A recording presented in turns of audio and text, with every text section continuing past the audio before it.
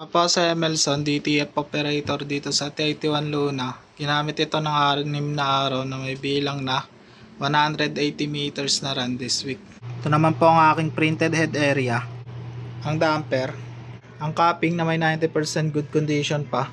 Head clean. Linisin ang wiper after head clean. Nozzle check. Ayan po, buo naman po siya. Ang ink system na tama pa ang label.